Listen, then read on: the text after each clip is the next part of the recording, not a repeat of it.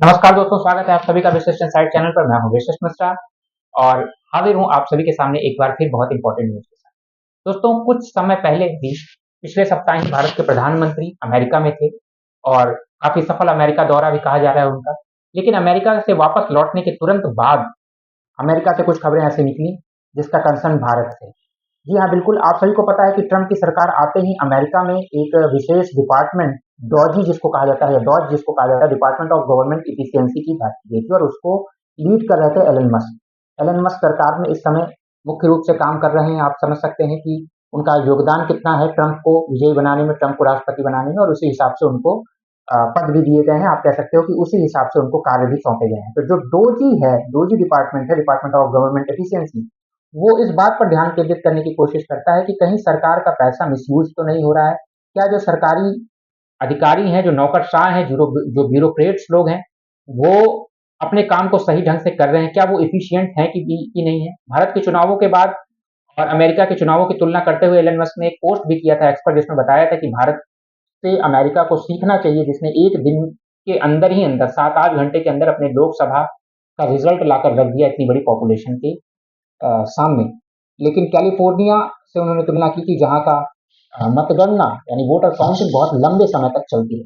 यानी उन्होंने फिर से एक बार वकालत की थी कि डोजी जो है, डिपार्टमेंट ऑफ गवर्नमेंट इफिशियंसी, को अपना काम बहुत आप कह सकते हो मेहनत से करना पड़ेगा, क्योंकि वहाँ का गवर्नमेंट इफिशिएंट नहीं है। उन्होंने सलाह दी थी कि भारत से सीखना चाहिए। अभी एक नया जो न्यूज़ है जिसकी वजह से डोजी फिर से केंद्र में है, एलन मस्क फिर से केंद्र में है, वो ये कि डोजी चाहता है, डिपार्टमेंट ऑफ गवर्नमेंट एफिशिएंसी चाहता है कि यूएस की जो संस्था है, United states agency for international development, जिसको यूएस एड नाम से जानते हो, कई बार न्यूज में रहती है और इस बार फिर से न्यूज में है, इस वजह से कि जिसको निर्णय लिया गया है ट्रंप सरकार द्वारा कि इस संस्था को बंद कर दिया जाएगा। ये संस्था दरअसल अमेरिका की तरफ से डेवलपमेंट के लिए दूसरे देशों में काम करती है। डेवलपमेंट का मतलब कि किसी देश में डेमोक्रेसी को प्रिवेल कराना हो, किसी देश में education development, health related development, voter turnout बढ़ाना है, इस तरह के कामों के लिए जानी। लेकिन कई बार यूएस एड पर यानी United states agency for international development पर ये आरोप भी लगते रहे हैं कि ये जो है अमेरिका के इंटरेस्ट के हिसाब से काम करती है।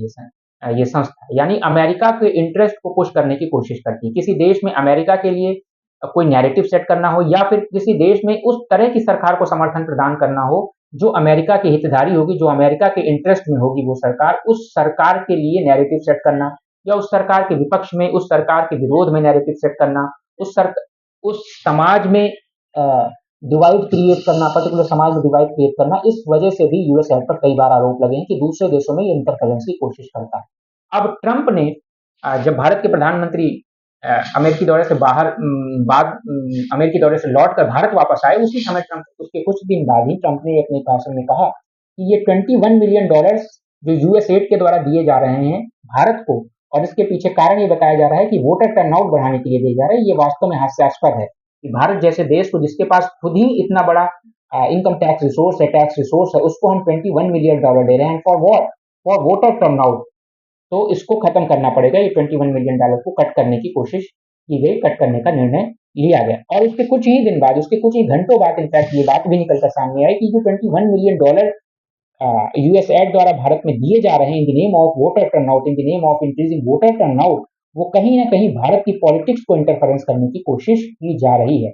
ट्रंप ने इसके लिए उदाहरण देते हुए रशिया का इंटरफेरेंस यूएसए में देने की भी बात कही कि रशिया पर जो आरोप लगते हैं कि यूएसए की पॉलिटिक्स में इंटरफेरेंस करता है, यूएसए में रेशियल और अलग प्रकार के डिवीजन क्रिएट करने की कोशिश करता है, उसी भी प्रकार से अमेरिका भी कहीं ना कहीं भारत में डिवीजन क्रिएट करने की कोशिश कर रहा है, और इस फंड के माध्यम से वो डिवीजन क्रिएट करने की कोशिश की जा रही है। कास्ट डिवीजन हो, रिलीजन के आधार पर डिवीजन हो, वो चाहे मतलब आप समझ सकते हो कि एक सरकार के खिलाफ नैरेटिव सेट करने की कोशिश की जाती है। और जो बाइडेन सरकार के द्वारा भारत की सरकार, जो उस समय वर्तमान सरकार रही, यानी 2024 के लोकसभा चुनावों को इंटरफेयर करने की कोशिश की गई। यानी भारत में जो इलेक्शन हुए वो कहीं ना कहीं उसमें फॉरेन इंटरफेरेंस था। भारत की जो उस समय की सरकार थी, भारत की उस समय की सरकार को टॉपल करने की कोशिश की गई बाहर से।